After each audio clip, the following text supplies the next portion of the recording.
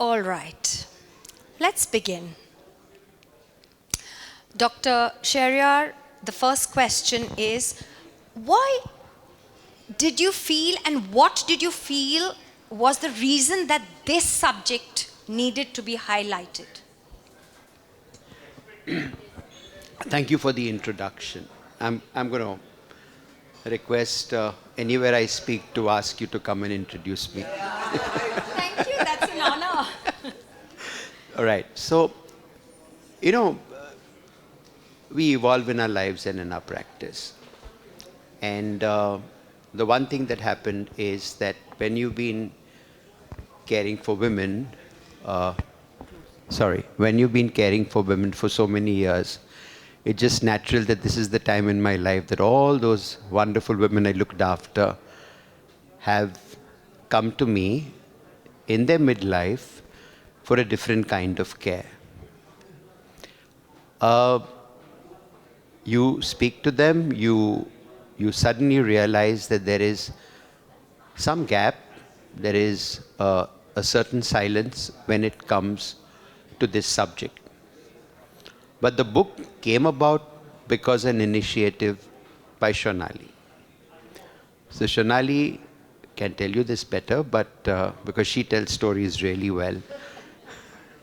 And thank God she's not writing for the Gentleman's Magazine, because I said, glass of wine, and next time Shonali starts writing about me, my God. So she comes with this idea, and we get thinking, and when you do something, you always do a bit of background and walk into a bookstore, go to the health section, and there's tons of stuff on pregnancy, on fertility, obviously on yoga and health and lifestyle, but there's really nothing on this subject from an Indian publisher for the Indian woman.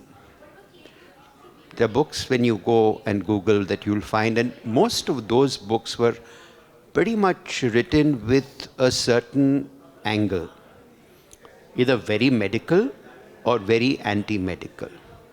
So here was this person who I'd gotten to know very well, very fond, very admired all the books, because every time she had a new book, I'd get to look at it. And maybe in a moment of weakness, I said yes.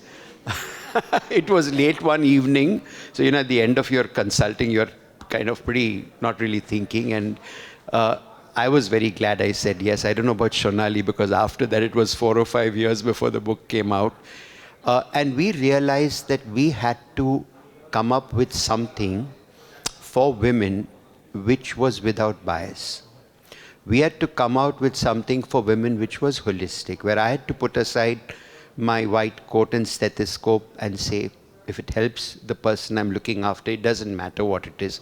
Our joke between us is this book is about Ayurveda meeting modern medicine. So here's a book where there's a medical doctor who wants evidence for everything, and we are talking about pitta.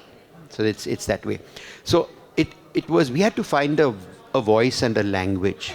You must read Shonali's books. They are very conversational, and her experiences. And here I had to also put experiences from my patients. So it took us a year.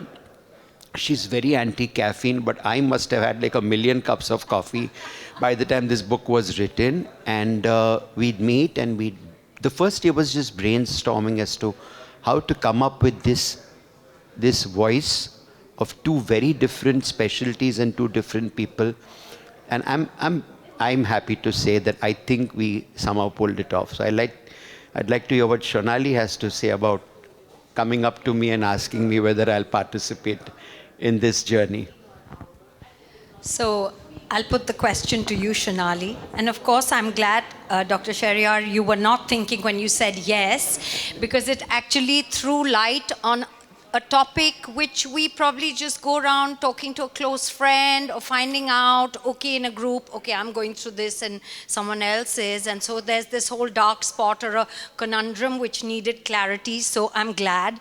Shonali, tell us, since you're a great storyteller, as Dr. Sheriar has said, why did you think you needed to throw light on a topic like this? So I think primarily because I had a lot of women coming to me with issues, and some of them I'd known as youngsters. They had not led very healthy lives. And I realized that I was heading there soon, and I was handling it very differently to the way others were handling it. And I had a story there to share. When I went to my publisher, my books go in typically on a 3-day approval. Like, I float an idea, and by the 3rd day I get the approval. And this book didn't get its approval, and I was very dejected because they said, no, we need a doctor to write this book with you. And of course, I was under Dr. Nozer's care for many years by then, and I was down, I think, 3 books by then. So I mustered the courage and went in pretending it was an appointment, but it actually was to ask him about the book. And it was the end of his day. I remember that very clearly. And I thought he'd say no, but he just turned around and said yes. And it was like, wow. I mean, what happened there? And of course, we got the approval and we got going. And I think the book comes out of my own, because like I said, I'm a conversational person, it comes out of stories, and it comes from a lot of stories that have been shared in the book about people and clients that I've interacted with, going through issues that they could have been handled better had they eaten better when they were younger, had they lived more healthier lives, had they resolved all their emotional traumas. I felt, given my study of the subject of perimenopause and menopause, and that's how I went to him with the book, and then the book came together with both of us, of course, over cups of coffee, just thinking about it for a whole year and a half. And then thanks to Ruby, his wife, it really came together because we had the time together to sit and write. But when we got into it, then we got into a zone and it just kind of flowed. So that's how the book came about. And I'm glad it did, because it's really talking about a subject that women go through and face on their own. And now these groups and, people are talking about it. You're seeing it more because social media has given us a chance to kind of go everywhere and look at everybody's content. And there are some great people in the Western, diaspora that I admire for the work they do on hormones. And I kind of work the same way. So I think it was time that, we spoke to an Indian audience and what women were going through. Great, thank you very much. And we're really glad that we have a book now that we can refer to and get our answers from. So thank you to the both of you. Moving on, Dr. Sheriar, what, in your opinion, is the reason why women tend to go through more now than they did before, say like our mother's times or grandmother's times? Do you think, and if so, why? So the first thing that's changed is that as a race, life expectancies have increased. And today, men and women are going to live longer, which means women are going to spend a much larger part of their lives after going through the transition of perimenopause. There was a very interesting statistic I came across a few months ago. It really hit me. It said that for the first time in human history, grandparents are outnumbering grandchildren. Right? We're growing older, and there are fewer grandchildren happening, which tells you so much. So firstly, what's changed is the fact that the human race has changed. I'm not saying people didn't have longevity in the past, but if you looked at overall life expectancy, it was not that much as it is today. The second thing that has changed is, and that's where I can tell you that looking at gynecology, a lot changed from when our previous generations lived their lives, probably starting fertility early, carrying fertility through their lives. In fact, just today I was speaking to a patient of mine and, trying to make a point, and I said, it's very unnatural for you to menstruate regularly. She sat up and said, what? And I said, menstruating regularly is not natural, because your previous 2 generations, all our grandparents had 9 or 10 brothers and sisters. And can you believe it? they spent their entire lives barely menstruating and they were far healthier. This was a woman who's just come to me from Vancouver, 2 very large chocolates, saying, Doc, why did this happen? Well, she got married late and she's waited 7 years before planning a pregnancy. That changed. So the whole hormonal milieu has changed. The environment we live in has changed. Let's face it, we are not living in a very healthy environment. And I can tell you from certain medical conditions we are coming across that the external and internal pollution in our lives, the way plastics and the plastic industry has invaded everything, has made changes. And finally, of course, I'm so glad that women have come into their own and are standing up for themselves. 10 years ago, it used to bother me as a gynecologist that most great discoveries in pharmaceuticals were about issues involving men. Okay? Particularly elderly men, particularly elderly rich men. I mean, let's face it, the great aortic valve and everything that came was bypasses. It came because of men. About 10 years ago, every major pharmaceutical company in India, I'm proud to say, has a women's healthcare division.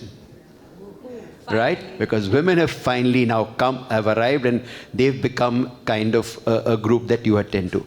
So we have come to a point where women have reached a kind of a tipping point. No longer are they, or no longer should they be going through life saying, it just happens. Unfortunately, everyone around them has to catch up. Their partners, their families, and their doctors. We were at one of our meetings and a woman stood up and they were like sharing with us and said, I went to my doctor and been with him all my life and told him about my symptoms, and he stood up, shut my file and said, you know what, you're going to go through this for the next 4 years. Don't worry, it's going to pass. No, it does not have to pass. So these are things that have changed. Women have changed. Life expectancies have changed. The world we live in has changed. And women's confidence has increased. Women have come to a point. And of course, I would also give a lot of credit to the fact that no matter what you do, you may bash it up. But today, the internet and social media has truly democratized voices and issues. And suddenly a woman can be so silent all this time and someone else is speaking for her and said, that's exactly what my problem is. Now, the idea of writing this book is to put things in a more scientific sense so that you don't get anything and everything which is unfiltered coming to you. You now have a tool which you can use and go and ask for the kind of care you deserve. Thank you so much. And rather scary as to the kind of things that we have to navigate these days. Yes. So missed out one thing. Also, colleagues, because more than half of us are working. So you said families and friends and colleagues also. That's very important to deal with. Yeah. So, and here I can just tell you why bringing that up is so important. Now, some of the best menopausal work comes from Europe and England, and much better than the United States and other parts of the world. And they've actually come up with a statistic which says that 45% of the female workforce actually considered quitting their jobs when they were going through the transition. So it's not something to be taken lightly. It's not just a women's issue. It's a global issue. It's half your talented workforce who's having second thoughts on whether I should continue because of what I'm going through. So that's definitely something for us to also consider. And a group like this, I mean, one reason why maybe women get their voices, this sisterhood that maybe Shonali will talk about better, but maybe we need to make it and tap it and take it to the next level. I do remember I was there at the book launch, and the one thing that Doctor said was, I wish there had been more men in the forum, because as a partner, you need to know what the woman is going through. So that was like a huge thing that day when I said, yes, he's addressing the men, not just the women. All right.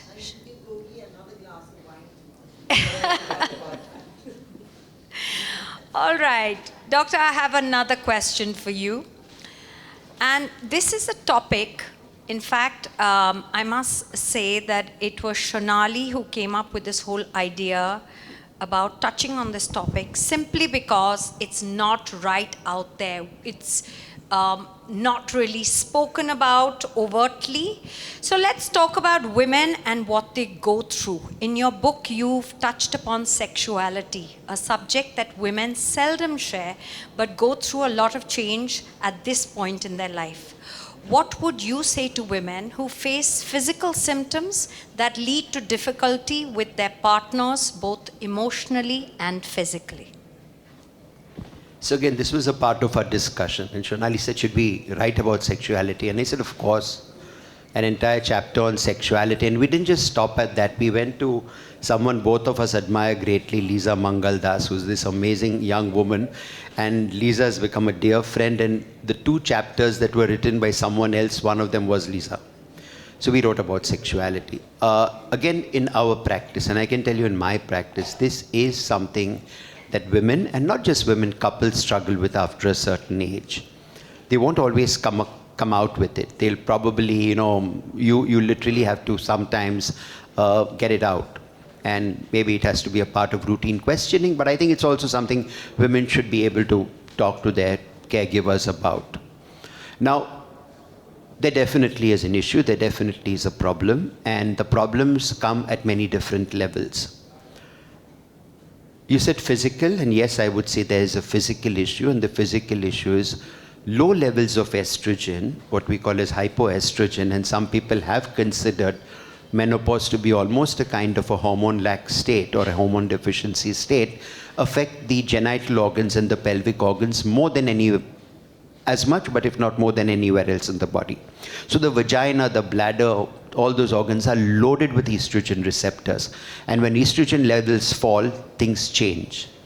And again, if there's one adjective for menopause that I would like to always state, it's dryness. It's dryness, okay? And it's not just the vagina, it's the skin, it's so many parts of your body just feel so dry. Now, when there's dryness and there is this vaginal lining, which in a woman during the reproductive years is a thick multi-layered lining, it becomes very thin, almost papery thin. And naturally, if there's something papery thin and dry, and you will have sex because you love your partner, you end up having a lot of discomfort. I mean, it's almost like sandpaper, literally.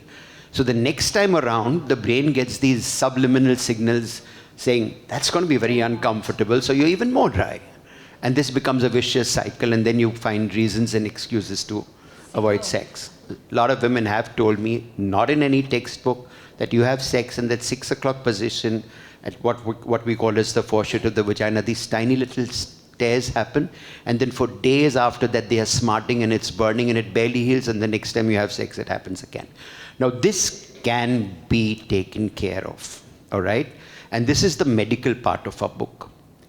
Local estrogen treatment in women who require it is extremely safe, extremely effective. There's a name for this condition, if I was to throw a medical term.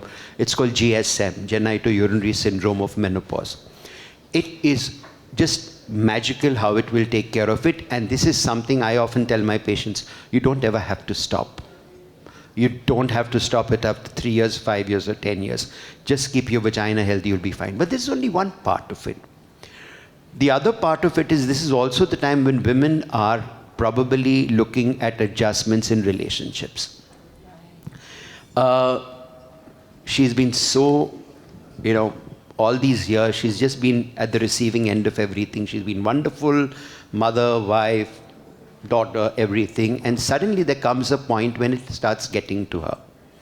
At this point in time, those things come up. I think Shonali will probably say it much better than me, because this is the part that she wrote in the book, when unresolved issues start coming in and playing a role. And that probably needs to be dealt with, because sex is not just about the vagina and the physical part, it's also about the emotional part. And then remember, you also have a partner who's struggling with his own issues. He's busy, he may not have time, and then of course he has his own erectile dysfunction issues and stuff. The only difference is, men are very fortunate in the fact that they have that little blue pill, which has made a big difference for them, and we don't. Okay, now here I just want to touch upon one last thing. Besides it being the vagina and the relationship, there definitely is a drop in libido. And that's the one complaint most of my patients give me, and they want to feel better, they want the libido, and they say it's just not happening. I can only tell you that there are certain advances. We are still waiting for more, but there are certain products which are coming up. But even now, using certain medications, androgens, which are the male hormone, yes, I mean, it might surprise you, but using a small dose of androgens on a regular basis in women seems to play a role in making libido better. So don't give up.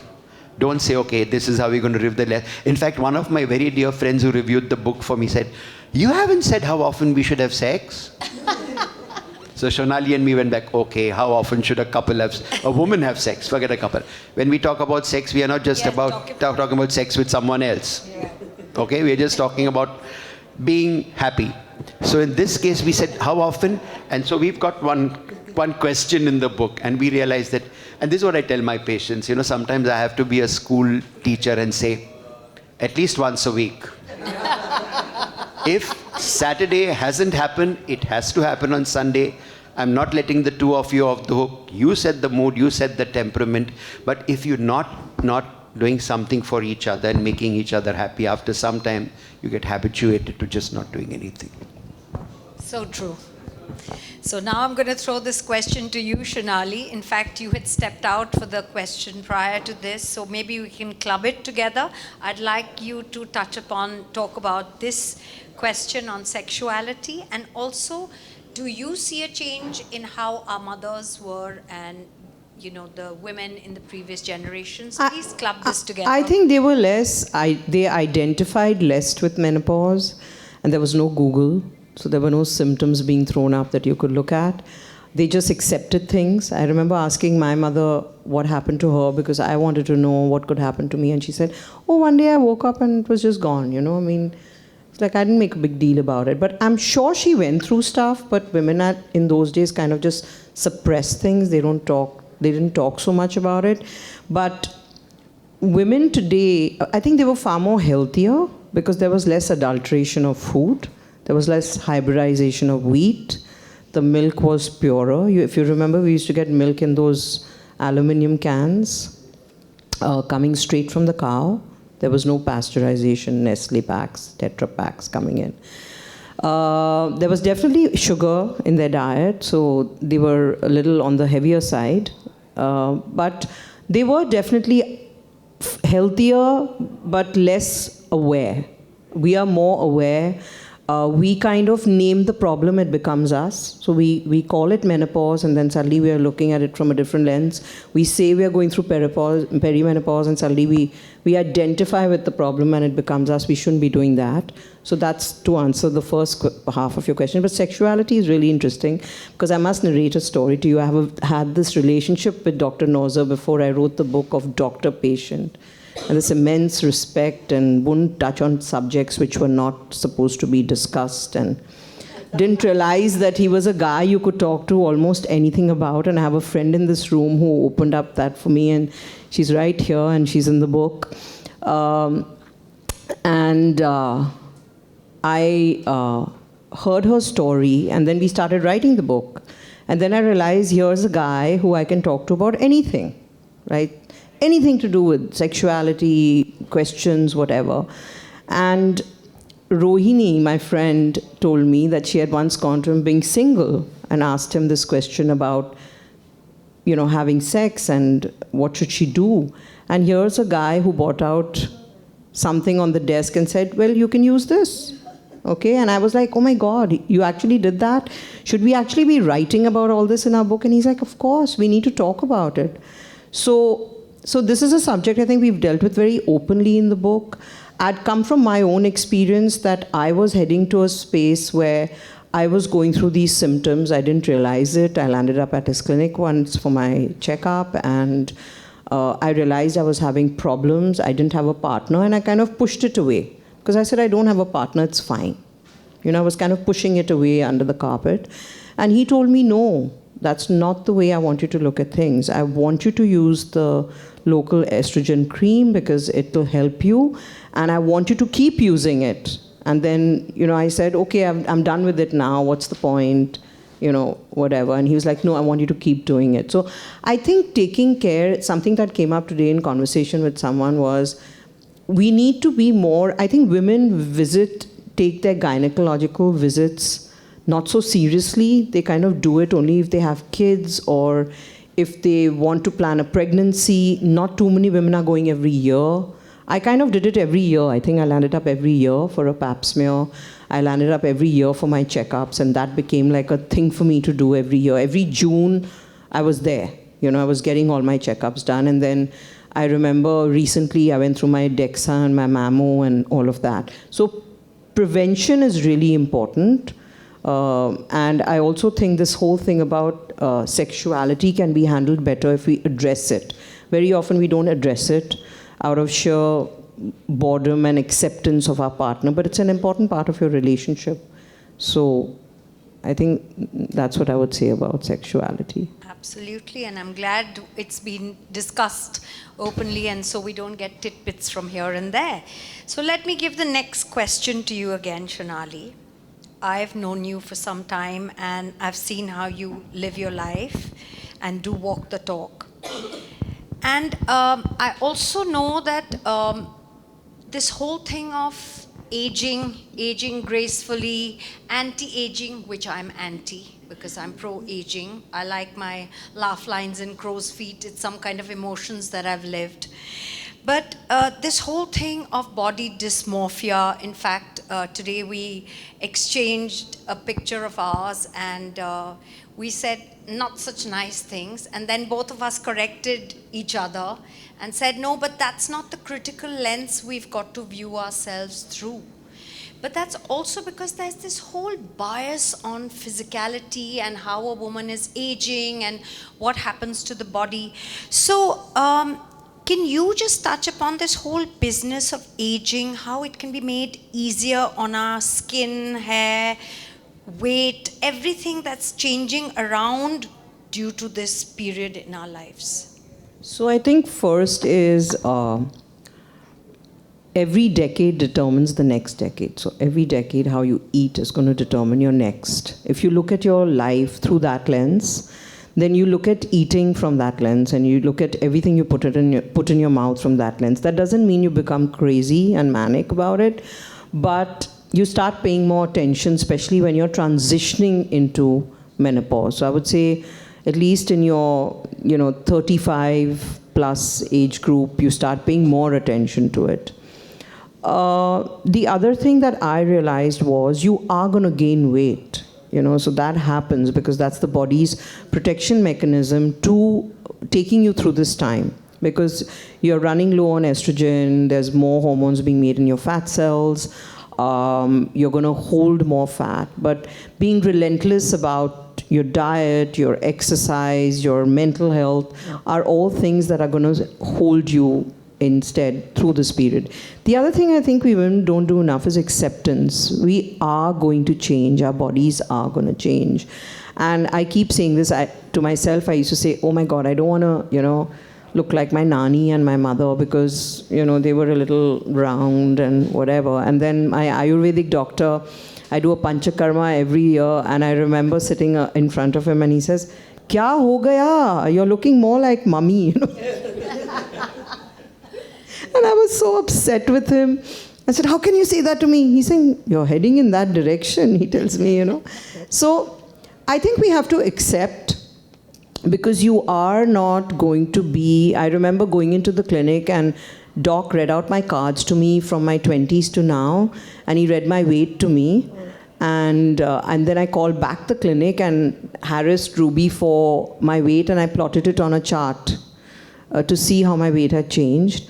And I can aspire to be the weight I was in my 20s. It's probably not going to happen, but I can aspire to be somewhere close to it. So I think acceptance of your current state redeems you from a lot of stuff that you go through for aging. I have got deep family lines, and I've accepted them, because the women in my family tend to have these two big lines, and I can do a little Botox and lift it. I have the choice. Do I want to do it? I can do threads.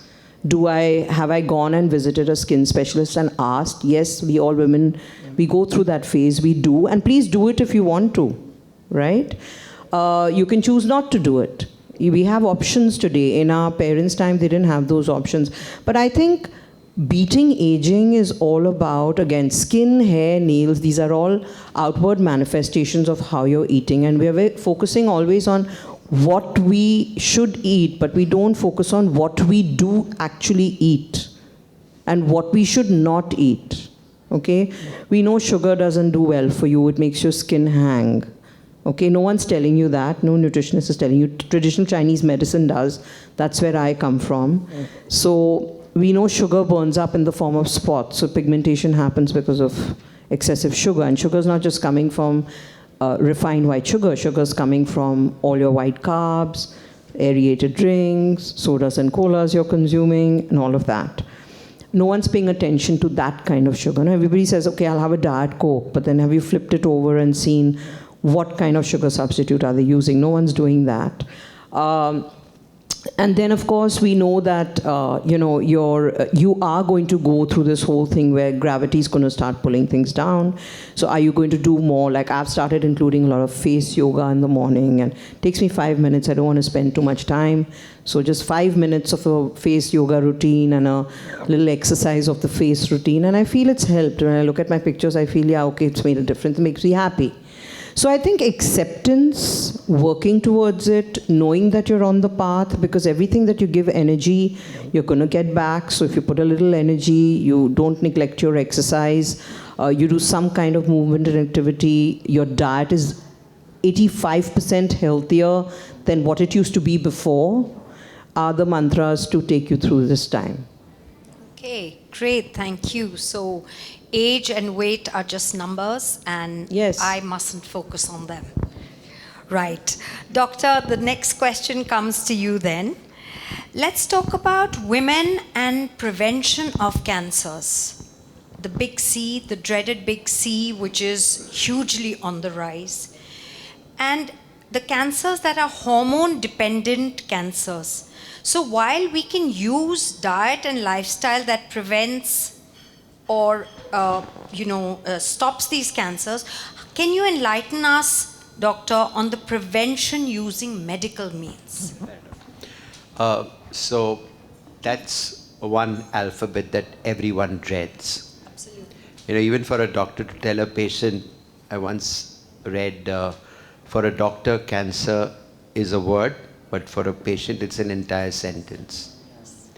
Having said that, we are today at a point in medical history where we are more successful in identifying cancers if we want to early. We are more successful with treating cancers with a number of different modalities. And having a cancer does not mean it's the end of the road. Now, when it comes to women, I actually believe that women have a certain privilege over men.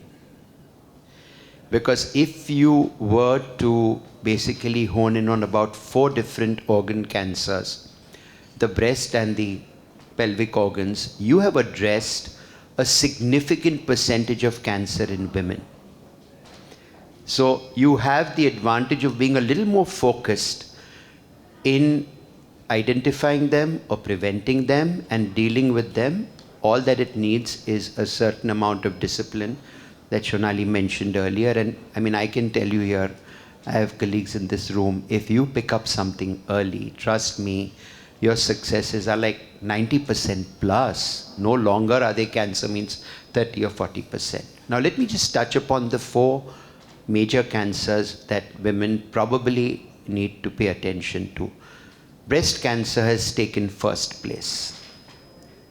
In our country, it wasn't. Till a few years ago, it was cancer of the cervix. We have gone the way of the West. The urban woman had breast cancer move, but now pretty much breast cancer is first place. A lot of breast cancer is modulated by her hormonal environment. A lot of a breast cancer is caused maybe or predisposed to by the world we live in. And Shonali will probably, we've written in the book about how you can actually make your kitchen healthier and your cooking healthier.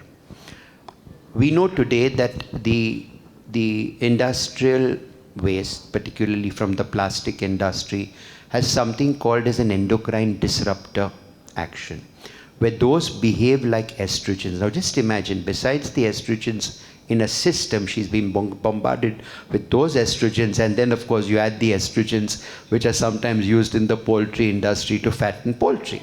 Okay? And breast cancer is an estrogen dependent cancer most of the time. Familial, yes, but trust me, familial breast cancer is barely 15%. So people often think, oh, it runs in my family. No, it runs in your family. If it's a first degree relative, we have tests for it now, a genetic test. Everyone knows about Angelina Jolie and about her. Everyone has an opinion. They shouldn't. It's her business what she does, and I love what she did because she told women, don't be embarrassed. You can go through a mastectomy and still be the most beautiful woman in the world. True. Breast cancer can be identified early if, number one, she's paying attention to herself, though I must say it's not that effective, but you are the early warning system. Just put your hands on your breast once every month after your period or on a fixed day every month and look for something different. And patients have found something different and come to us. And please don't be afraid and try and hide it from your husband or from the family and say, maybe it'll go away next month. No, just go. Mammogram, there are many different ways of approaching it, many guidelines, but for my practice, every woman, if she doesn't have a strong family history, gets a first mammogram at the age of 40. That becomes a baseline, and then maybe after a few years, and then, so you have something to compare with. Mammogram is something that will pick up things even before they really reach that really advanced case. And trust me, today, it's become such a specialty, surgical, radiation, that your outcomes can be excellent. Cervical cancer. If there's one preventable cancer in the world, it is cervical cancer. Preventable. Not early diagnosis, not great treatment, preventable. Papa Nicolau from the US told us about this in the 40s. The West latched on, which is why cervical cancer dropped from 1 or 2 to 4 or 5. In our country, we're still struggling. I think it's something that every woman owes to herself, and every partner of a woman should take responsibility for this. So most of my patients are told, once you celebrate your birthday, in the month after that, please come in for your checkup. And that is not her responsibility, it's a partner's responsibility. Today, thankfully, if I do a pap smear with an HPV test, and we know today that 80% of cervical cancer or more are caused by a virus, which is why someone got the Nobel Prize, you can actually prevent it by knowing this. And if I do an HPV pap and it's normal, her next pap smear comes after 5 years. She doesn't have to come every year. Don't think HPV is not common. In my practice, I have many thousand pap smears. 3.5% of my patients have a high-risk strain of HPV. Mumbai city, our patient population, that's what we have. Of course, very, very, very few of them will move on. Then you have, once you made an early diagnosis, you can either catch it when it's precancerous. That's what the pap smear does. You treat someone when they are precancerous, she doesn't even get to the cancer. And then, of course, once she does, there are treatments for it, which can be very, very effective. Those have been around for decades. I mean, one of the first cancers to be treated fantastically by radiation was cervical cancer. Endometrial cancer, again, hormone dependent. And there you have obesity. PCOS is something everyone talks about. Hyperestrogenism, too much estrogen in your system and from outside your system. Interestingly, many of these women will also have diabetes and hypertension coupled with it, and they have a high risk of endometrial cancer. How do you diagnose it? Abnormal bleeding which does not respond to treatment easily. But after menopause, any bleeding is unacceptable. There's no normal bleeding after menopause. Oh, I just spotted, it's just spotting. No, you're not supposed to spot after menopause. And there is one very important number. Your lining has to be less than 5 millimeters on an ultrasound. So if you did an ultrasound periodically once a year, you would probably be safe. If it is more than 5 millimeters, it gets investigated. We put in a telescope, we sample it. But please, even if it is more than 5 millimeters, only 5% will be cancerous, 95% won't. And finally, ovarian cancer, which is today jumped up to number 2 and 3 position. Again, lots of things have changed. We have different theories. You know, there's a big case in the US against Johnson & Johnson because baby talcum powder predisposed to ovarian cancer. Anything that irritates the ovaries, the way you pick up, that's the difficult one to pick up because the ovaries are in there. So periodic ultrasound, there have been blood tests, but they haven't really proven effective. And of course, any changes in the bowel habits and stuff. Now, there's one big secret which, unfortunately, the medical profession hasn't been successful in communicating to women. You know, you badmouth contraception, particularly hormonal contraception. And the first thing when I talk about the pill, they say, "Doc, pills cause cancer." You talk about the IUD, they have concerns. The oral contraceptive pill used over a period of time actually reduces ovarian cysts, reduces endometriosis, and reduces your risk of ovarian cancer and colon cancer. The intrauterine device, which releases a hormone progesterone, actually reduces or completely takes away the risk of endometrial cancer. So I told you about those women who menstruated 40 times in their entire lifetime because they had 10 and 12 kids. They didn't have these issues. They were healthier. And today women are menstruating 400 times in their lifetimes.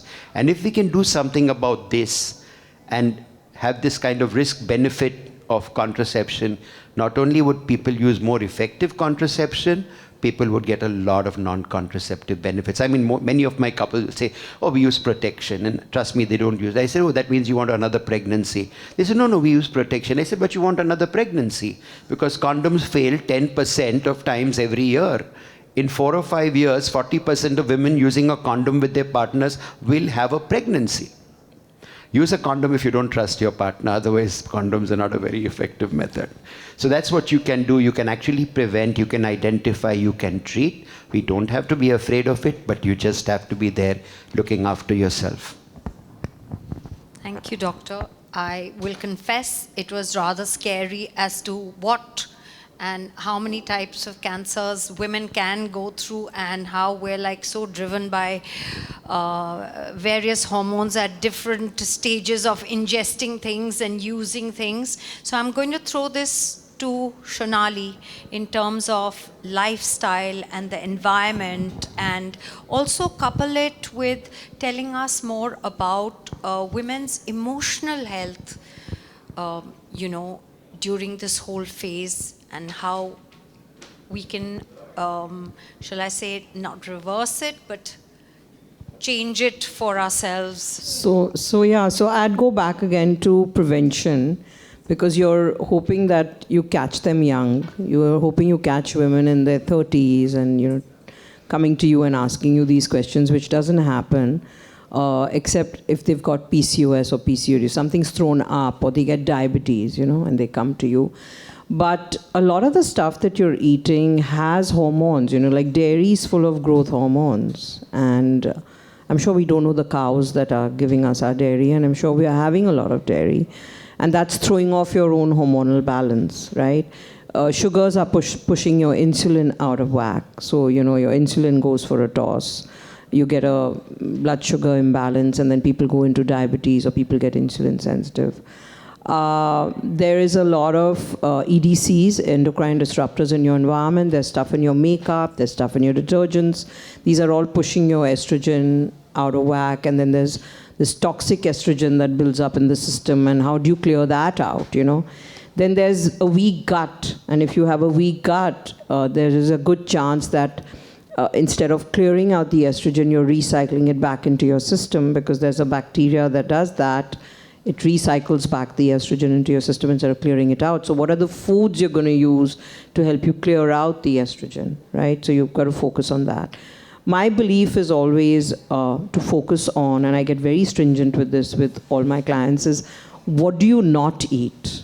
And Ruby makes fun of me, but I always say, wear one hat, don't wear too many hats, which means don't choose to do things because it suits you to do them at times in your life when it suits you to do them. So if there's no sugar, it means there's no sugar. And you maybe wear that hat all the time, and then maybe wear another hat maybe just once or twice a year, but that's it, right? We women don't look at our lives like that.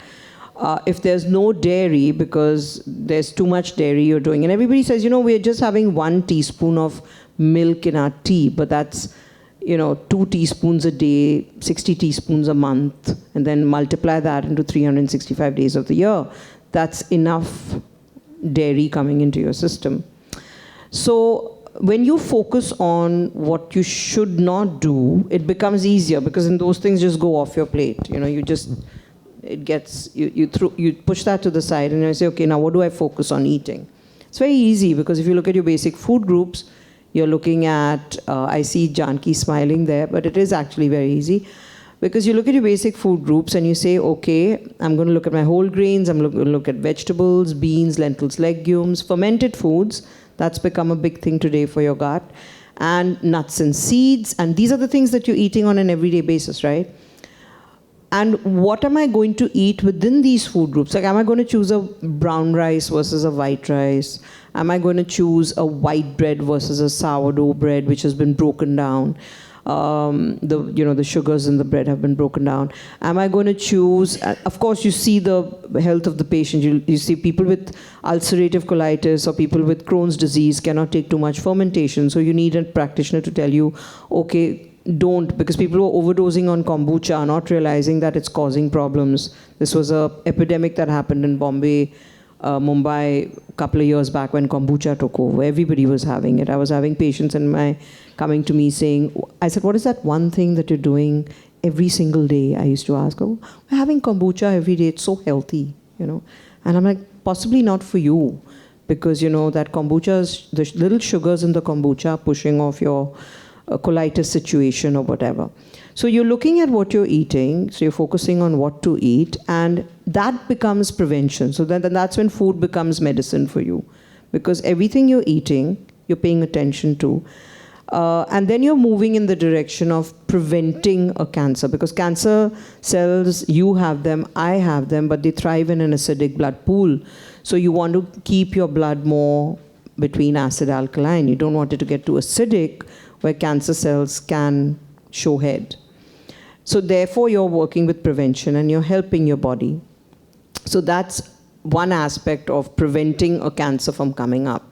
So if you look at your life like that, then you're looking at things a little differently, The thing is, we've got to kind of shift the gears and look at our food a little differently.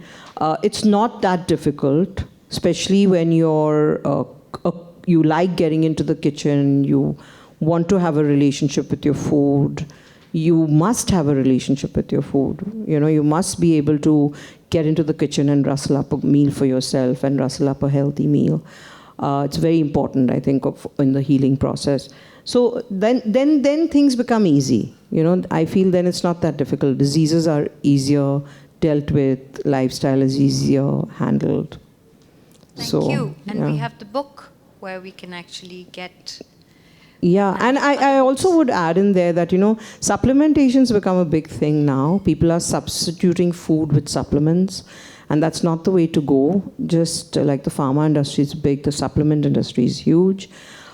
People are actually telling you supplements. There are people who walked in and are doing 50 supplements a day, and they are obsessed with it. They want to have it on time, and they want to, You don't need so much supplementation if your diet is great.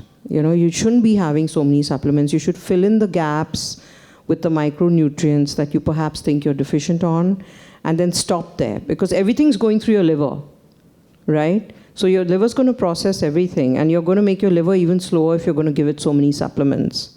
So that's another thing I'd just like to put out. Supplementation is not everything. Thank you, Shonali. So I'm going to ask my last question at this end and then throw it open to everyone else. Dr. Sheriar talked about a dip in libido. I want to ask the both of you about the rise in things like mood swing, depression, anxiety. Oh yeah, I didn't touch about that, yeah. I'd like you both to touch upon this topic before I throw it open to everybody else. So I'm just going to, when we wrote the book, there's an entire section that Shonali wrote on nutrition, on the hormone transformation, diet and exercises, then we realized that we don't read books cover to cover. Like you said, we don't normally binge watch books, but we nibble at them. So we have 11 chapters, and every chapter has given ideas as to what you can do with nutrition. So Shonali said, do we have to write it 11 times? And I said, yes, because someone's not going to read the next 3 chapters. But every chapter is also different. For example, the chapter on skin, she gives a lot of stuff about how to prevent those ages and stuff. When it comes to sexuality, she's given the most about foods that can help. There's a lot of stuff you've written on that, almost 2 whole pages. The aphrodisiacs. Yes, she has, Right. actually. Yes. All tried and tested. Yes. so that's how much importance we believe it plays. When it comes to supplements, we do believe that it has to be individualized. Unfortunately, we are now giving supplements to everyone because everyone talks about. Now, I'll tell you what I'm facing today when women come to me with supplements. First of all, there is pharmaceuticals and there are nutraceuticals. Okay? Nutraceuticals have suddenly become very popular because there's no price control on nutraceuticals. True. So you'll be amazed how expensive nutraceuticals are because the government has capped the price of a lot of the other drugs. When these things come in, I'm shocked because they've added everything to everything. So when my patient comes in, I suddenly see she's got vitamin B12 in her iron, in a calcium, in a B12, in a folic acid, and the next thing I see when I test B12 is it's 1000 plus. So, okay, I'm privileged that my patients can do these tests easily, but we have to carry this. So there's private health and public health. Private health can be individualized. Public health, well, the government has to say, we can't test all these women. So since we know there are deficiencies in iron, calcium, and whatever, we need to give it for everyone. There's a few things which don't come from food. A very dear friend of mine, Dr. Nadeem Rais, told me in the early 1990s that he was suddenly seeing osteomalacia, which is like the adult form of rickets, vitamin D deficiencies, in the captains of industry. He says, my God, so-and-so and so-and-so, they all osteomalacia. And then he said, they go to their offices in a car with tinted glasses. They stay in their offices all day. They come home in the evening and they are very vitamin D deficient. Remember, at that time, we didn't have a test for vitamin D. Right. Today, when we've started for testing for vitamin D, you'll be shocked as to the kind of deficiencies we've uncovered. So that's probably one thing that we need to supplement. But how do we supplement? People have gone crazy with vitamin D. So suddenly I'm seeing toxic levels of vitamin D. Family physicians are injecting people. They don't need to do that. People are just taking vitamin D once a week, every year, and just go on and on. So the point Shonali made was supplements have a role, but you have to identify that role, and wherever possible, I cannot do my practice today without the support of my 2 dietitians. Patients don't get an option. That's a kind of tick box thing. And let the dietitians do their job, and then whatever else is left, we can step in and we can kind of cover up. So I think this is an extremely, extremely important point that she made. The emotional part. One of the 4 cardinal symptoms of menopause, I would say the first is menstrual disturbance. When you get into the perimenopause, for most women, periods become shorter, some longer, some irregular. Flushes are dramatic. They will happen even in the perimenopause. I'm menstruating. Why am I getting flushes?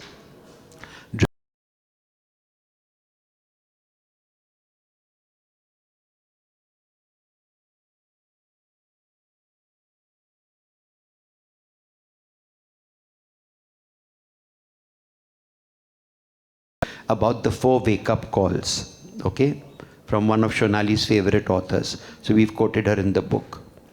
The first wake-up call is PMS. Women don't imagine PMS. Women definitely go through PMS. What happens with PMS? At the end of the menstrual cycle, her hormones crash. When the hormones crash, she has PMS. So she has 12 wake-up calls a year to tell her what's going to happen in future. And the one thing that my patients taught me and her clients taught her is, medical textbooks didn't tell me this, that as women get into the late 30s and early 40s, the PMS seems to increase and peak. It goes from being there for 2 days to being 1 week and even more. So they feel like I'm PMSing all the time, and they really are. There are moods, there's depression, there's anxiety, there's anger, there's breast pain. Anger. Right? So these are things that happen. The second wake-up call is postnatal depression. Why does it happen? Because hormones crash after delivery. And she's in a very vulnerable situation. Can I cope? Won't I cope? That will happen once or twice. In the Western world, the third wake-up call is the seasonal active disorder. What happens in winter? Oh God, it's gloomy. I wake up in the morning, I go to work when it's pitch dark, and I come back home when it's pitch dark. It does happen in our country as well. I know that when we work in a public hospital, at Vadio Hospital, monsoons were not a good time for women. And finally, of course, what happens at menopause? If a woman has been going through this, be prepared for the fact that she is going to experience something at menopause. So partly it's hormonal, that's what everything is. Second is situational. She is now in a situation, a different situation from what she was when she was a young woman in her 20s or 30s. She is now a more mature, more confident woman, but there are some things in her relationships and her life that don't make her feel so confident. And then there's judgment. And the judgment sometimes comes from the people who love you, Absolutely. who are closest to you. At work, which is why I quoted and said that 40-45% of women actually thought about quitting their jobs. So here she's been so understanding all these years, and suddenly she stands up for herself. Maybe she should have done it 10 or 15 years ago, but she didn't. And here she's got grown-up children and very busy and accomplished, and they're saying, what's wrong with her? She was always a pushover. Why has she suddenly found spine now? And they think that there's a problem with her. That's the second thing that we have. And the third is understanding. So when you talked about anger, well, it does happen. We know it happens. Maybe very often it's justified because, like, okay, I've had it. I've always been kind of accommodating. I'm not going to do it anymore. And suddenly everyone, but there have to be strategies. The first thing has to be, you have to work this out along with the people you love. Why are you protecting them? So when we talked about the book, one thing I wrote in the book is, men, read it for the women in your lives. So don't protect them, sit them down, have a conversation, tell them I'm going to read you sections, or I'm going to tell you about stuff that I'm going through and I expect you to understand. I've understood you all for the last 30 years. Secondly, other strategies. Anger is a big thing my patients deal with, and you blow and then you are miserable for the next 24 Absolutely. hours. So I tell them, you have to create a system. And the system has to be, when you feel it coming up, walk away.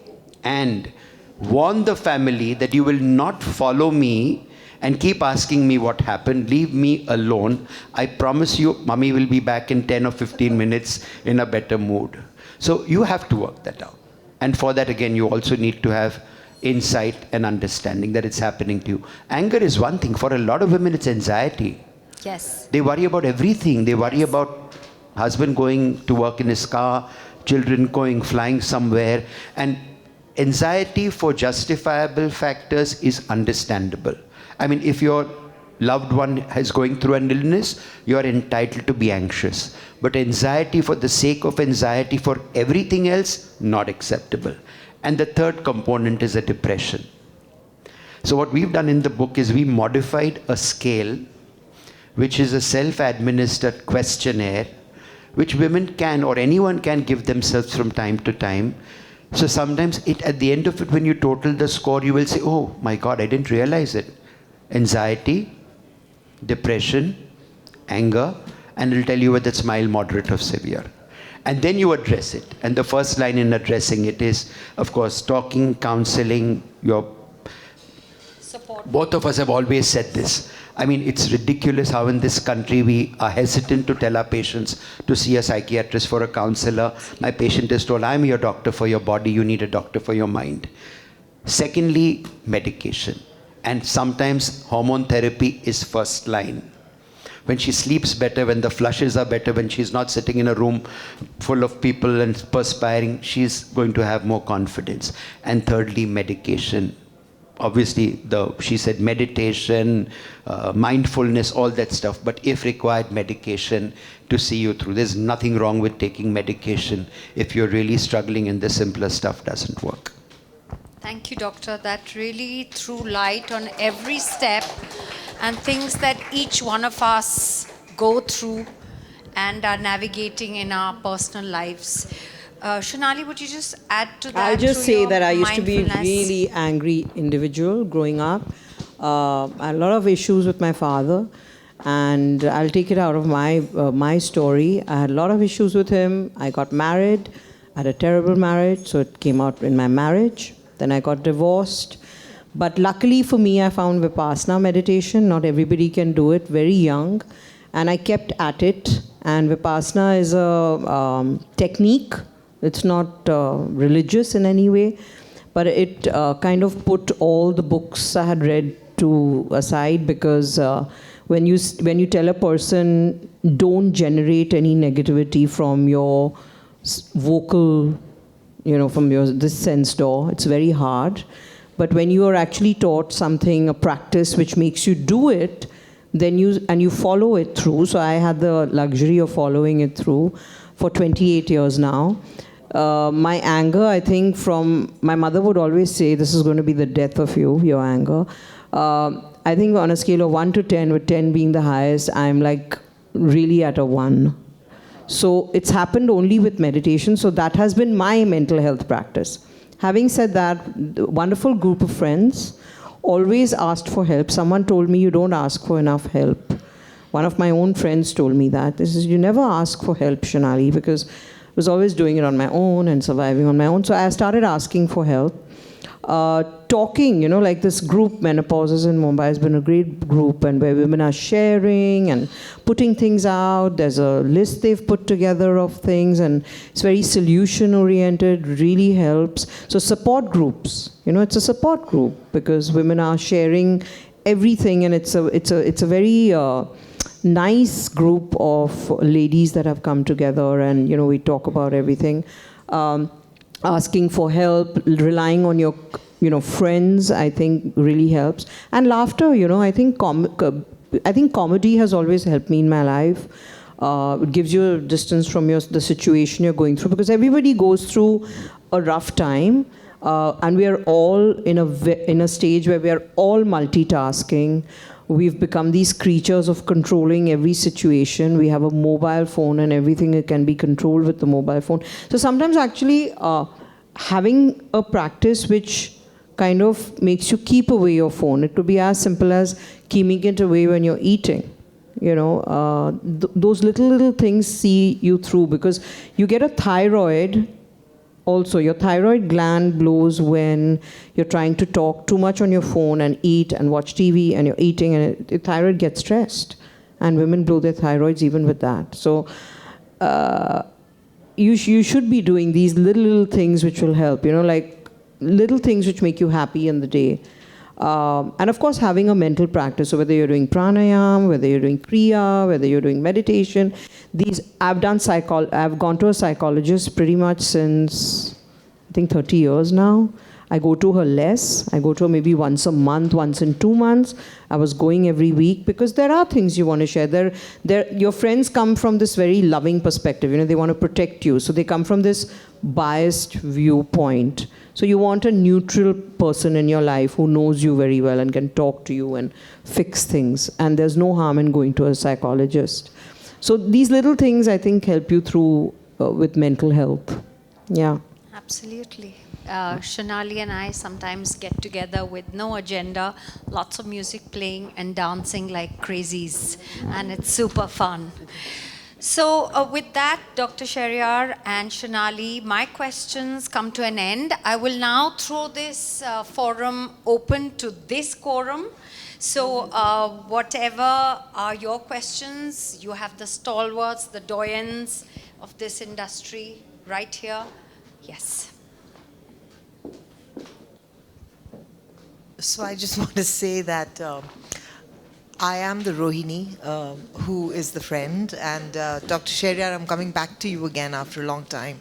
So you can expect me to be there very soon. So coming back to the topic of, About food. I just want to know, when you said no dairy, no any of what we normally have regularly, is vegan the right way to go forward? It may not be the right way for you.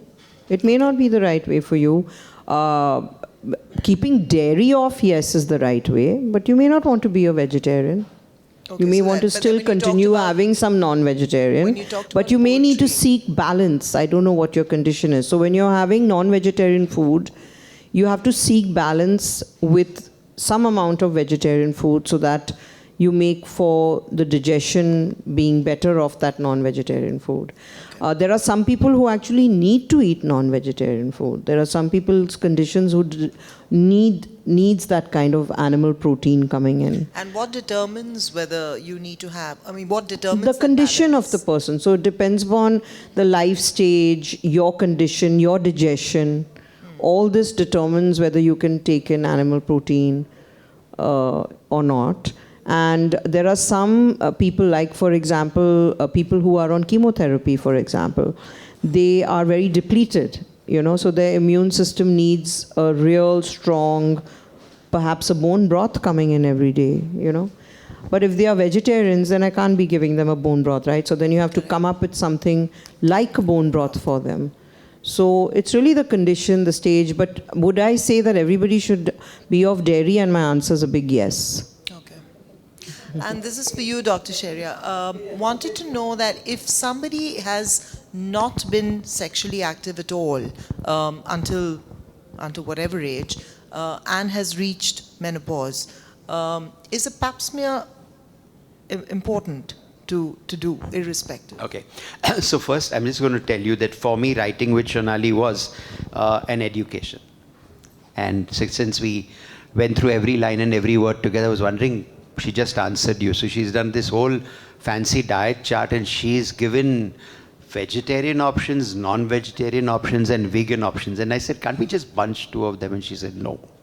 You have to really individualize it. So that's where that it was a learning for me. Should someone who's never been sexually active do a pap smear? Basically, should nuns do pap smears? Well, actually, the answer is no, they don't have to. And the reason why I can say that is, firstly, if she's not been sexually active, and even if, she's not kind of indulged in self pleasure, it would be very difficult to put in a speculum to take a pap smear. And sometimes it blows my mind when a woman tells me that she went somewhere, she's been a virgin, and someone tried to shove in a speculum or this. So no.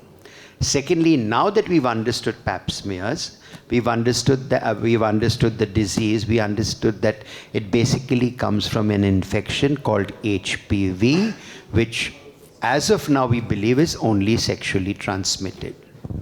So if you haven't had sex, you probably are safe from cervical cancer.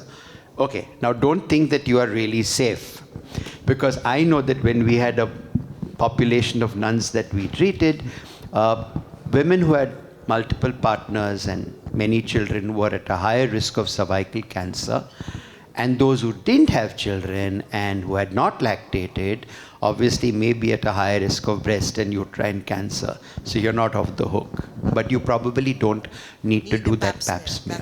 That was important. But if I had my way, and I know this is a bit of a controversy, I believe that we have come to a time when every woman should have an HPV vaccine when it is most effective, which means when they are young.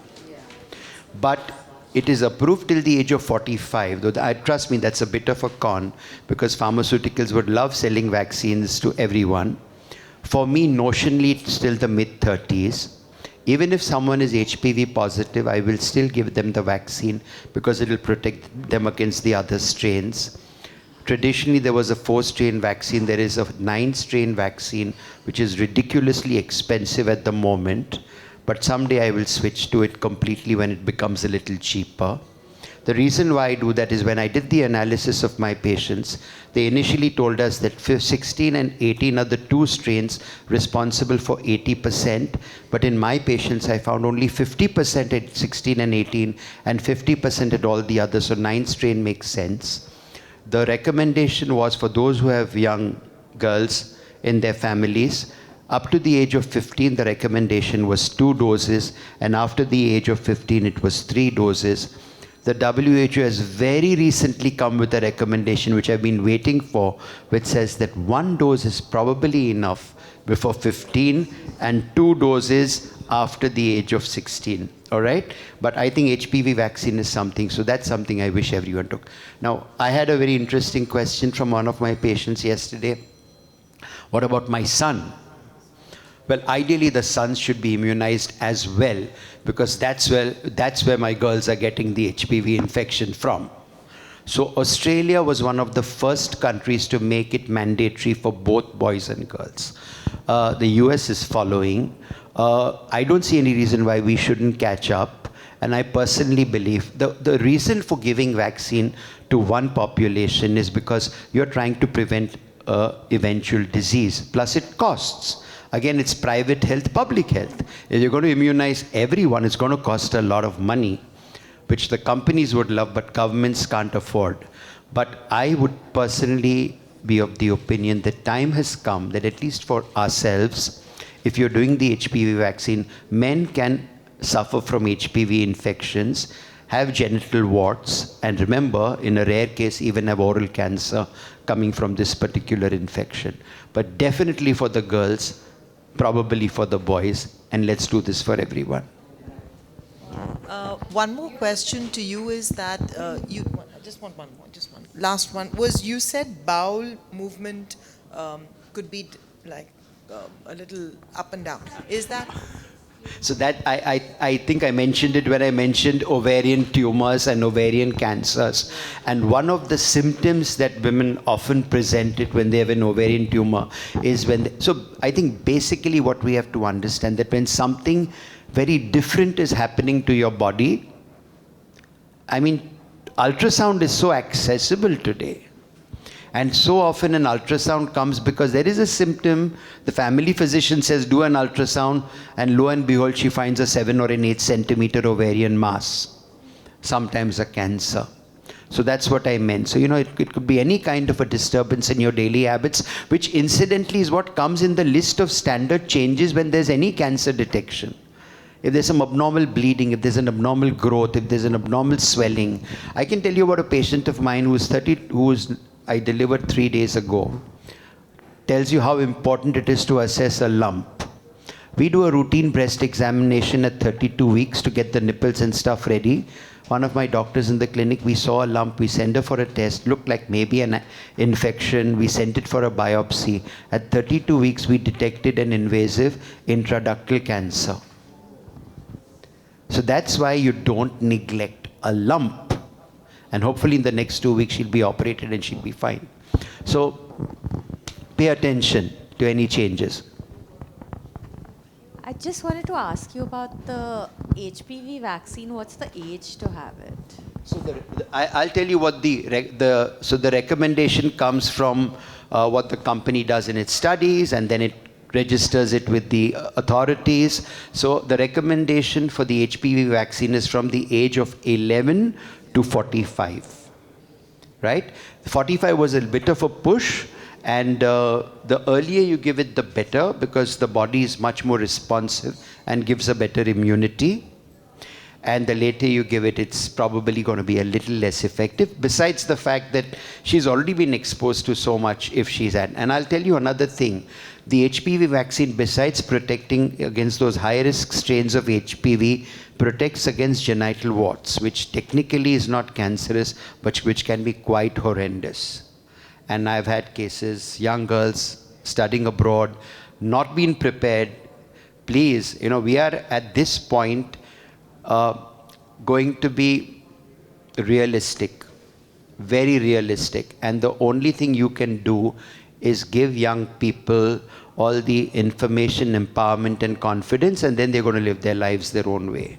I remember I was part of a panel discussion in London, International Planned Parenthood Federation of the World, and they said we had a discussion on when is it okay for young people to be sexually active, and everyone had opinions, and my turn came and I said, you know, I have a daughter, so my opinion would actually be never. I don't want any man having sex with my daughter.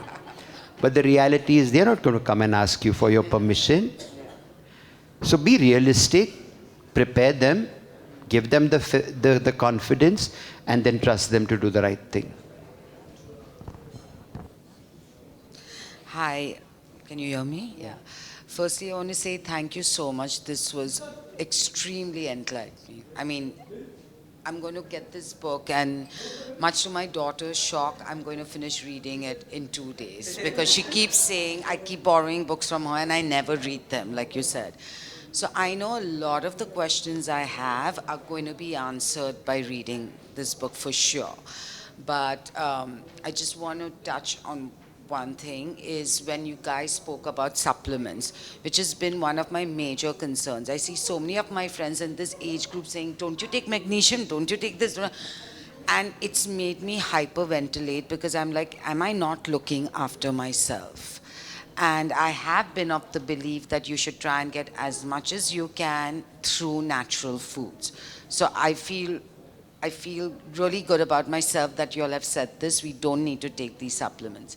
Having said that, I went through everything that you all said we all go through. There was irritation, there was anger. I'm known to be a hyper person, as some of my friends know, but I just became more and more edgy. That's when I did a blood test to find out if my levels had changed, to understand my body. I was like, if I am entering this phase, I need to know so I can look after myself. Because otherwise I'm just going crazy imagining things are happening to me. So I had reached that stage. I mean, I'm still, I don't know how to define it. I'm still getting my period, but like if they had stopped, now they've started, but I know I'm somewhere in between. I have been told to take primrose and vitamin E every day. I've been told that that kind of helps you calm down a lot of basic stuff that you're feeling. Is that correct? Is that something we should be doing? So firstly, none of the guidelines recommend testing. Okay. But I do test a lot. And for me, very often, again, it's my patient population. Testing can be a conversation starter and can get people aware. So if you do a test, and there are basically two hormones, you look at FSH, secreted by the pituitary, which goes up beyond a certain level once you're menopausal, and you look at your estrogen levels, but it has to be done at a specific time during the menstrual cycle, on the second, third, or fourth day. People come with it anytime and then worry. It would kind of tell you where you're headed. Now, what you said was what exactly our book became. It was a book on menopause, which became a book on the perimenopause. Peri is the pre, the menopause, and the post. And many of your symptoms happen when you're in the perimenopause. So I'm menstruating, but why have my moods changed? I'm menstruating, but why am I getting flushes? I'm menstruating, but why am I getting vaginal dryness? Because what's happening to you, and just as Shonali has got every story, every chapter has got a very real case history from my practice. 100% authentic, except the patient's name is in an alphabet, so you wouldn't know who she is. I had this amazing woman who drove both of us crazy, because her she just go on testing even when I told her not to, because she was so wanted to be in control. So her levels were going up and down and up and down, and she'd have symptoms. And what basically happens is the FSH stimulates your ovaries to function. The ovaries are working under tremendous pressure, so they'll give you estrogens, you feel good, and then the ovaries say, okay, you know what, I'm tired, I'm going to give up for some time. When they give estrogen, the FSH levels come down. When the estrogen level goes down, the FSH levels go up, which explains the symptoms that happen even before you reach menopause. Menopause is your last period. It is an event, one event, menopause. And then 12 months after that, if you haven't had your period, you are clinically menopausal.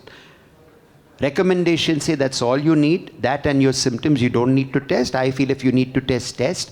But please test and go and interpret it with your doctor, because you need someone to understand and address that particular test for you. Now, what do you do for this? I do use a lot of evening primrose oil. We've talked about it in the book. It's this, I call it English Ayurveda because it came from the UK. It seems to work, and it actually has substances in it which we know are effective. There's GLA, which we can also give separately.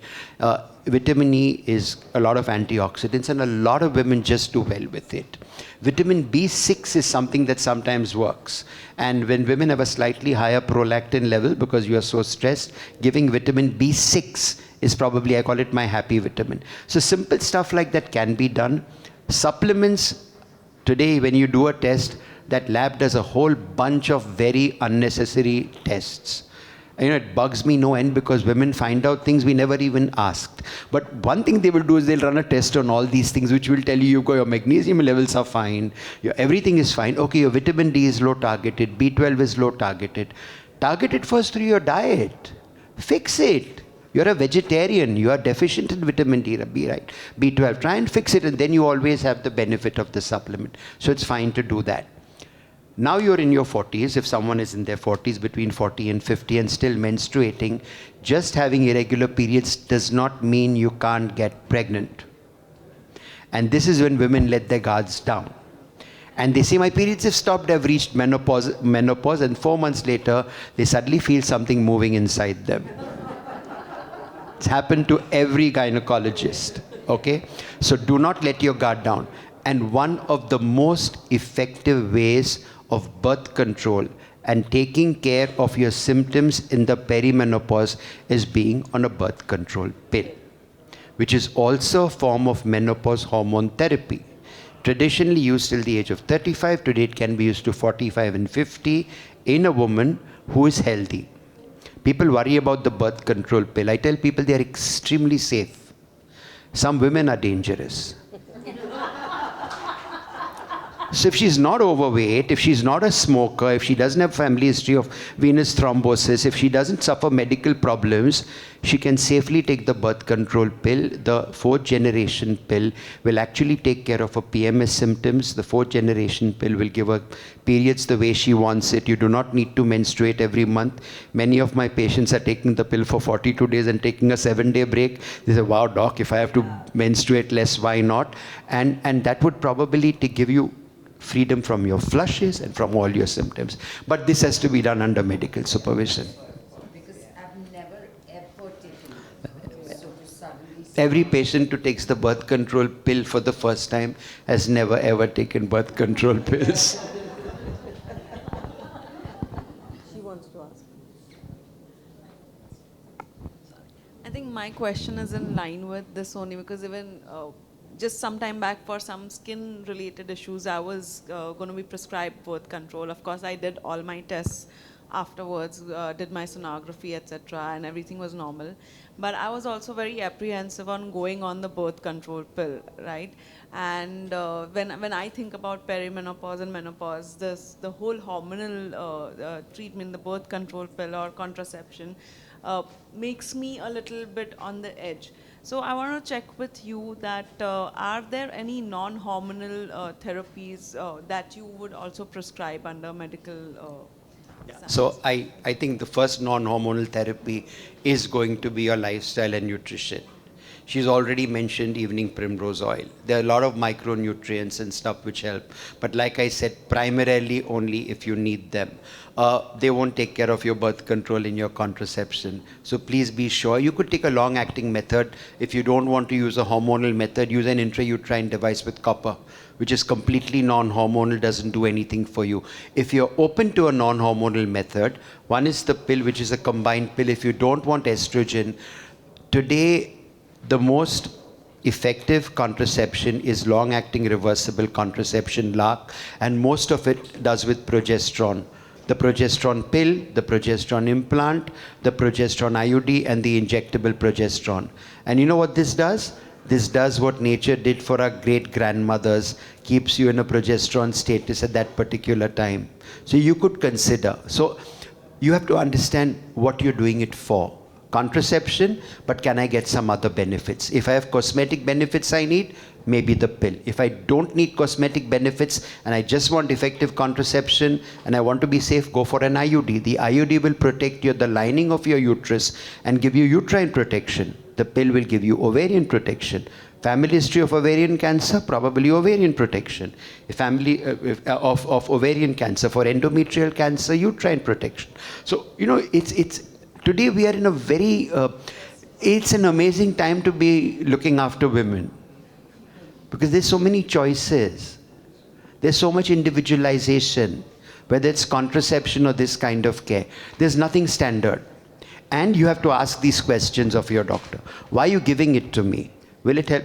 It will give some women cosmetic benefit. It may not others. If you have cosmetic issues, if you have abnormal hair and you've got abnormal male hormones, you need an anti-androgen medication, not the pill. Thank you so much, and thank you so much for this session. It was really, really informative. Do we have any more questions?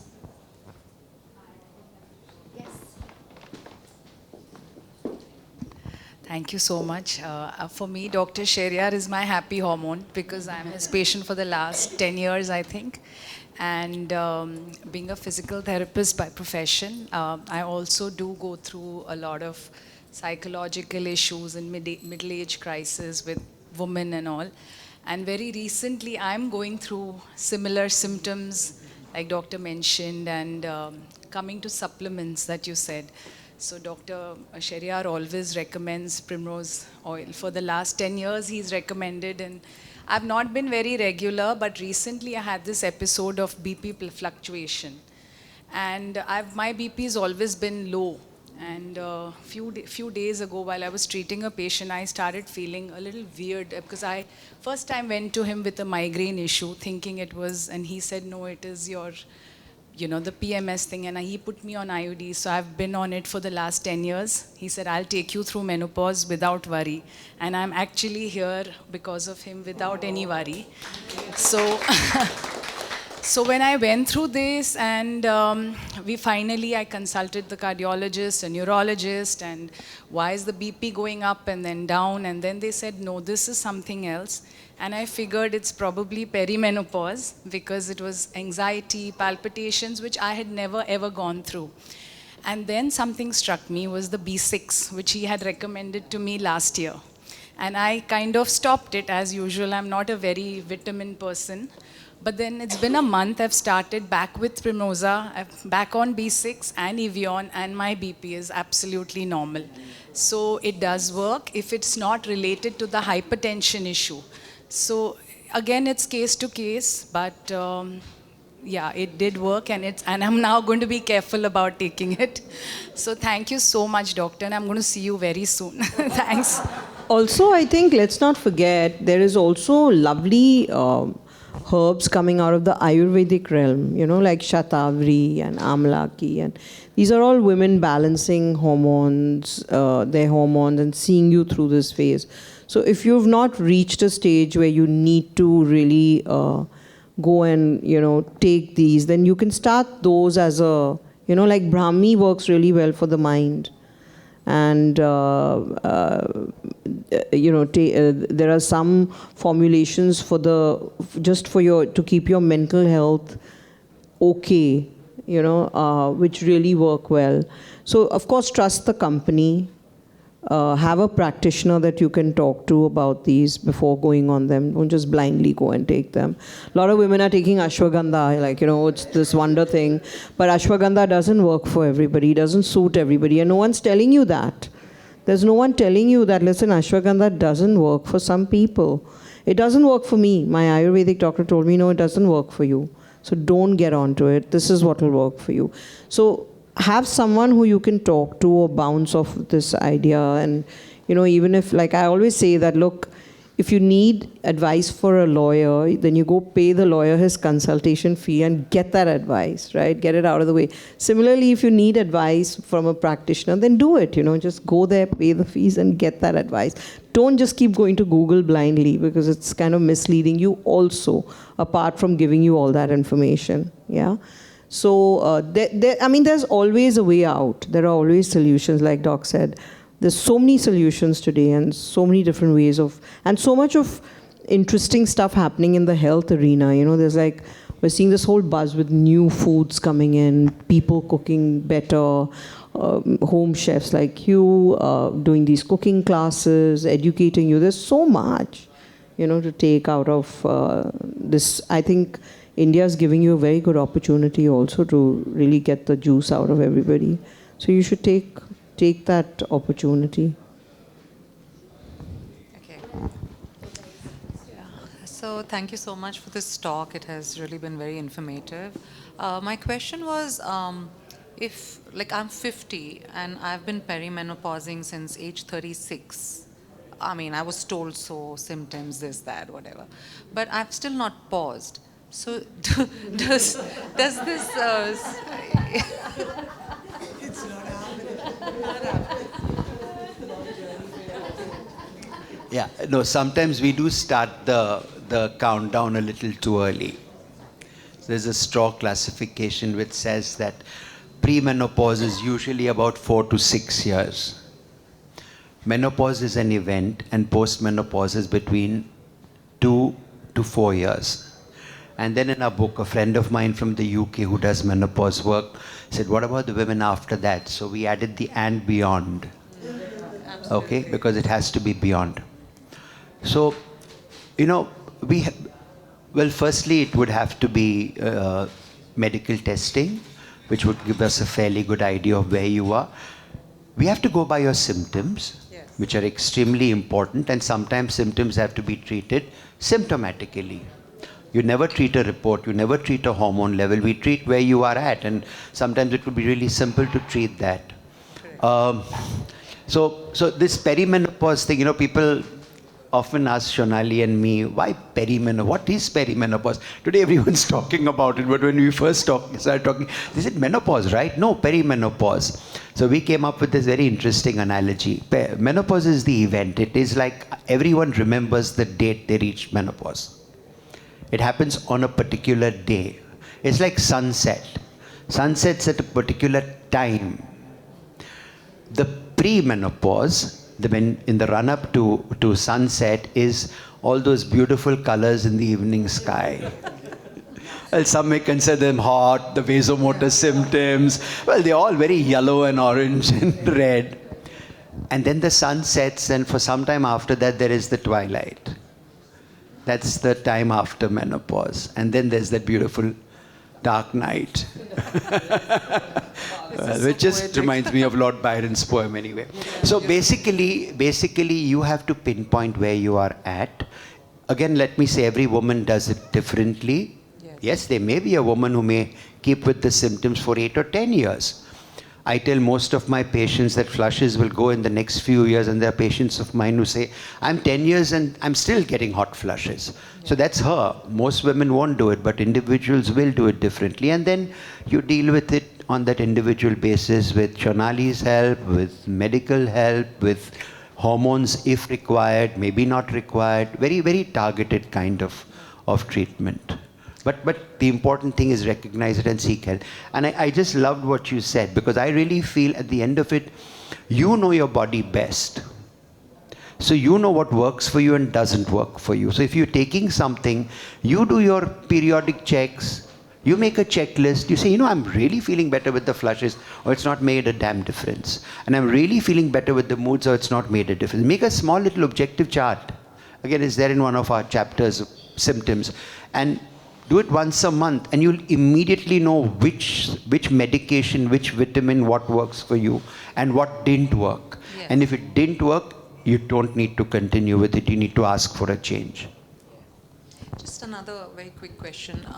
So does the puberty age actually influence the menopause age? So there is no direct link between, some women say, will I menopause early because I got my periods early? No, you won't. And well, I must say that today girls are reaching puberty earlier. The cutoff for menstruation is now down to 10 years.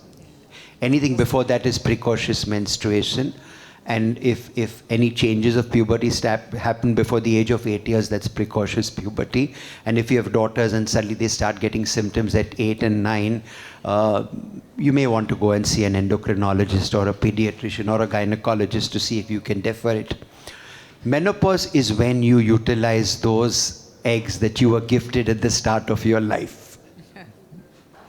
So every woman starts off with a certain number of eggs, millions when you're in utero, down to 3 million at birth, down to about a few tens of thousands at puberty, and then you use it up.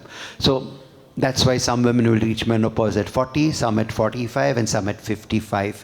If you stop menstruating before the age of 40, that's considered premature. And that definitely needs help. If a woman reaches menopause early, she will, and I'm going to say will, have to take hormone therapy till the natural age of menopause. So otherwise you have the choice of 2 years, 4 years, 5 years, change to something else. But suppose a woman reaches menopause at 30, she will take hormone therapy for the next 15 or 20 years safely. Because if she didn't, her bones, her heart, her skin, her vagina, everything will be impacted. Thank you so much. There is no right age of menopause. The mean age of menopause for our country is somewhere between 45 and 47. We are about 2 or 3 years behind what happens in the Western world. But anything between 40 and 55 or 56 is considered fine. It's like a bell curve, a majority in the middle, but the rest on both sides. Also, don't forget there's the and beyond also. So, when you finish the menopause, we're talking so much about perimenopause, but your cardiac health after menopause, your bone health after menopause, these are all things women have to be extra careful about. So bone health, you should start taking very good care of right in the beginning. And also cardiac health, checking your cholesterol, checking, in some cases where you have heart disease in the family, like in my case, I've gone and done all my heart work. I would even go as far as saying that one of my cardiologist friends says, get your calcium T-score checked, for plaque buildup and stuff like that. So, that I think these things, even the beyond is important. How are you going to take yourself through it after you menopause? But thank you very much. It's been very good audience today. And thank you for listening and being there.